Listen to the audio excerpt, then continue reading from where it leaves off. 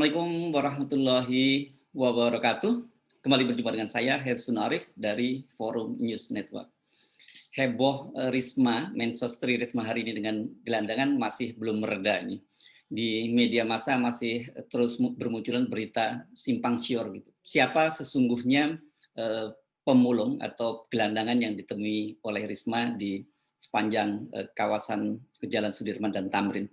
Tapi Risma sendiri masih terus berlanjut dan hari ini, hari Jumat tanggal 8 Januari, Risma kembali membawa sejumlah gelandangan ke panti rehabilitasi gelandangan dan para pengemis di kawasan Bekasi, yakni panti rehabilitasi Pangudi Luhur.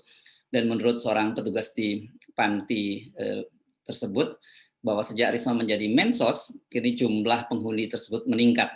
Padahal selama ini mereka mengurangi jumlah penghuni dengan pertimbangan karena protokol COVID. Jadi memang panti tersebut tidak bisa menampung begitu banyak para gelandangan dan tunawisma. Tapi sekarang jumlahnya makin meningkat dengan aksi-aksi dari Tri Risma hari ini. Kita tentu tidak perlu larut dalam kehebohan dan kontroversi siapa sebenarnya tunawisma yang ditemui oleh Risma itu. Benarkah itu merupakan settingan atau memang betul-betul gelandangan. Kepada media sendiri, Risma mengakui bahwa bagaimana dia mau nyeting karena dia sendiri memang tidak tahu dengan kondisi Jakarta. Dan hal itu merupakan kebiasaan dia sejak masih di Surabaya. Kita tak perlu berlarut-larut membahas soal ini, tetapi satu hal yang bisa kita pastikan bahwa mesin politik Risma saat ini tengah bekerja. Soal ini sebenarnya sudah mudah diduga sejak awal gitu. Target utamanya ini adalah branding dan downgrading, jadi branding kepada Risma dan downgrading terhadap Anies Baswedan. Risma memang tengah di branding, penunjukannya sebagai Mensos ini merupakan upaya dari partai PDIP untuk memberikan panggung besar. Panggung politik yang besar itu adalah Jakarta. Dan sekarang dengan posisinya sebagai Mensos ini memang sangat tepat sekali. Risma bisa memanfaatkan semua resources yang berada di Kementerian Sosial untuk membangun pencitraan dirinya di kancah politik Jakarta dan kancah politik nasional. Indikasinya sangat jelas. Misalnya hari ini sudah berlangsung perang tagar di media sosial. Pertama kali muncul adalah tagar Anies Gubernur Gagal. Kemudian ketika tagar ini mulai naik, muncul tandingannya yakni Anies juara lagi. Kalau dilihat kronologinya memang tagar Anies Gubernur Gagal ini sudah disiapkan terlebih dahulu. Sementara Anies juara lagi itu merupakan reaksi dari tagar Anies Gubernur Gagal. Kita tinggal menunggu mesin big data untuk membaca itu. Karena memang sebenarnya mudah untuk membaca seperti ini. Biasanya kita bisa mendapati fakta bahwa akun-akun yang mention tagar Anies Gubernur Gagal ini adalah akun-akun yang sering disebut sebagai akun bot atau akun anonim gitu, dan mereka ini sangat terintegrasi. Sementara akun yang mention atau mencuitkan tagar Anies juara lagi ini biasanya adalah akun-akun real, tetapi mereka tidak terorganisasi. Bersamaan dengan tagar Anies Gubernur Gagal itu kemudian beredar meme ini. Jadi betapa terlihat sangat terintegrasinya. Jadi salah satu meme-nya seperti ini misalnya. Kita bisa lihat bahwa di situ ada satu foto Gubernur Sutioso atau Bang Yos. Dia disebut berjasa membangun Jakarta, membangun busway. Kemudian Jokowi ketika masih menjadi Gubernur DKI Jakarta disebut dia sukses membangun MRT. Dan berikutnya adalah Ahok. Ini dia disebut membangun LRT. Sementara pada Anies disebut dia sebagai Gubernur bangun tidur. Nah, selain itu ada satu lagi meme. Ini juga meme-nya menarik ini. Satu meme ini langsung head to head antara Anies Baswedan dengan Risma. Di satu sisi kita bisa lihat foto sebelah itu Anies sedang mengeker atau melihat kejauhan gitu, dan dilengkapi dengan gambar-gambar atau visual satu sampah yang menggunung di sungai, kemudian banjir, dan berikutnya kita lihat ada halte bukan halte maksud saya, jembatan penyeberangan jalan yang rusak dan banyak sampah di mana-mana.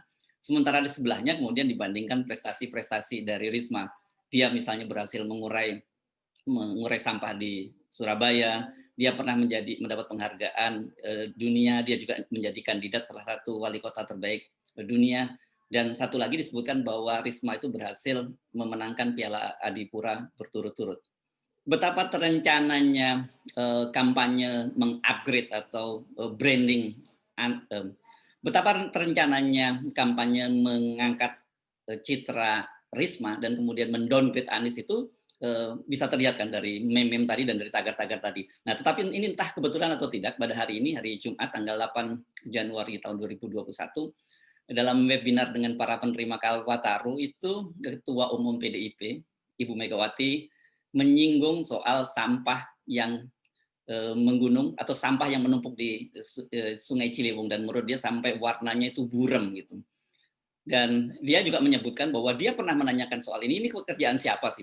Karena dia katanya pernah menyampaikan hal itu kepada Jokowi ketika masih menjadi Gubernur DKI, kepada Ahok ketika masih menjadi Gubernur DKI, dan juga kepada Jarot yang menggantikan Ahok. Ini ketiga-tiganya adalah kader PDIP.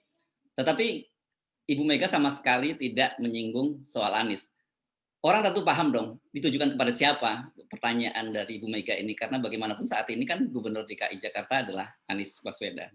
Dari fakta-fakta tadi sebenarnya kita semakin jelas bisa membaca kemana sebenarnya arah dari kehebohan Risma yang tiap hari berjumpa dengan pemulung dan para pengemis ini. Jadi tiada hari tanpa bertemu dengan pemulung dan pengemis.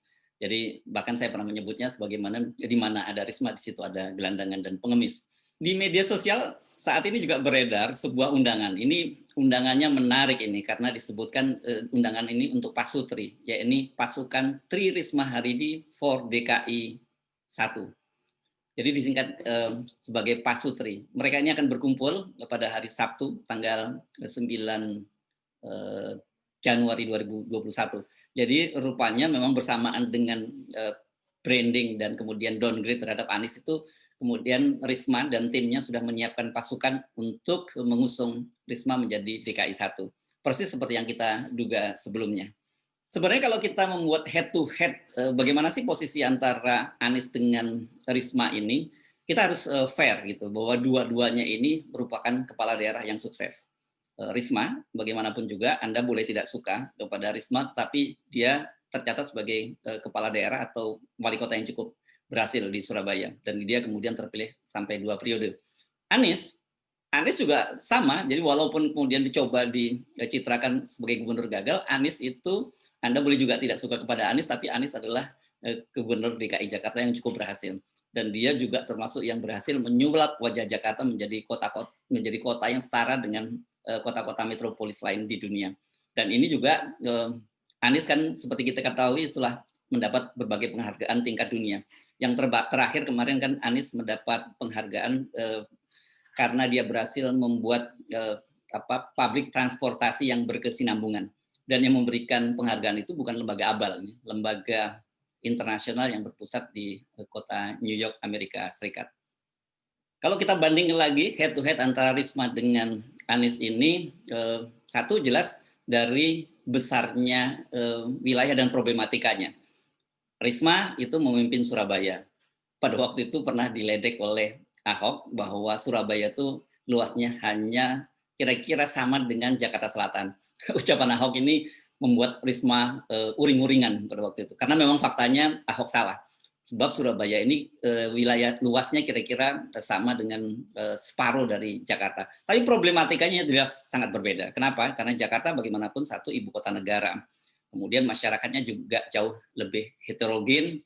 Dan jangan lupa bahwa ini adalah kota tempat presiden dan juga perwakilan diplomatik seluruh dunia berkumpul. Jadi tentu saja levelnya beda sekali dengan Surabaya. Kalau mau memimpin Jakarta, mestinya Risma tidak cukup hanya bergaul dengan para pemulung dan para gelandangan dan pengemis gitu. Karena dia harus mulai juga bergaul dalam level internasional, bergaul di kalangan diplomatik.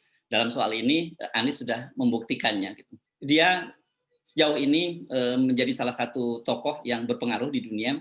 Dia diminta berbicara dalam berbagai forum para gubernur ibu kota di berbagai negara di dunia ini. Jadi level Anies itu bagaimanapun kelasnya memang dalam soal pergaulan internasional jauh. Risma masih perlu membuktikan itu. Kalau memang benar bertemu dengan para pemulung, masuk ke kolong-kolong jembatan itu merupakan upaya branding dari Risma, ini tampaknya perlu dipikirkan ulang ini. Mengapa? Karena pilihan ini ternyata kemudian juga menjadi senjata makan tuan. Di media kan kemudian kita membaca bagaimana faktanya bahwa di Surabaya itu sebenarnya juga banyak sekali pemulung dan mereka yang tunawisma, mereka yang tinggal di bawah kolong-kolong jembatan.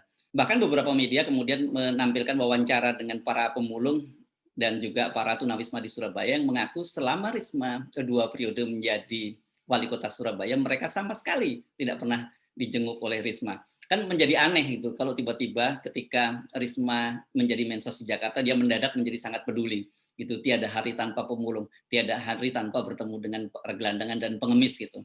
Bahkan sebuah media, Surya ini kalau nggak salah, ini jaringan Tribun News, ini jaringan milik Kompas Gramedia, menampilkan kehidupan dari para tunawisma yang tinggal di sebuah kolong jembatan di Surabaya. Mereka sudah berpuluh tahun tinggal di tempat itu, bahkan beranak pinak di tempat itu, tetapi tidak pernah sekalipun mendapat perhatian dari Risma. Satu lagi yang perlu diperhatikan oleh Risma ini berkaitan dengan karakter Risma yang meledak-ledak, yang suka marah-marah. Bahkan dalam beberapa kasus dia juga menangis di depan umum sampai bersujud-sujud kepada sejumlah dokter. Ini berkaitan dengan penanganan COVID di Surabaya. Mengapa? Karena Jakarta ini pernah punya kepala daerah, punya gubernur yang karakternya mirip seperti Risma, ya, dia tukang marah-marah. Anda tentu tahu maksudnya adalah gubernur waktu itu Ahok. Dan kemudian pada Pilkada 2017 kan terbukti rakyat Jakarta menolak Ahok. Mengapa? Karena dia tidak terpilih kembali dan kemudian dikalahkan oleh Anies Baswedan. Jadi karakter yang terlalu meledak-ledak, tukang marah itu tidak tepat untuk warga Jakarta. Soal ini kelihatannya ditangkap juga oleh Anies Baswedan. Seperti biasa, Anies ini memang gayanya menarik gitu. Dia tidak pernah menjawab kritik ataupun serangan dari lawan politiknya secara vulgar. Nah, pada pagi ini misalnya kita membaca status Instagram dari Anies Baswedan. Dia berkunjung ke rumah sakit Fatmawati di kawasan Cilandak. Yang menarik adalah kalimat yang ditulis itu, selain foto dia di RS Fatmawati, adalah kalimat yang disebutkannya bahwa ketika berkunjung ke rumah sakit Cilandak itu, dia sudah melapor atau minta izin kepada Menteri Kesehatan Budi Gunadi Sadikin. Sebab menurut Anies Baswedan bahwa meskipun itu berada di wilayah Jakarta, tapi Rumah Sakit Fatmawati adalah milik Departemen Kesehatan, bukan milik Pemprov DKI. Untuk menghormati adab dan etika, pagi ini saya berkabar dulu ke Menkes untuk mengunjungi rumah sakit milik Depkes, bukan milik DKI. Postingan Anies Baswedan ini ditafsirkan oleh para netizen sebagai sindiran halus kepada Risma. Sebab selama ini kan Risma belusukan sana-sini ke kolong jembatan, ke pinggir-pinggir sungai, bahkan kemudian ke sepanjang jalan Sudirman Tamrin, itu kan merupakan wilayah dari Gubernur DKI Anies Baswedan. Dan Risma rupanya selama ini tidak pernah sama sekali berkoordinasi, apalagi meminta izin kepada Anies Baswedan.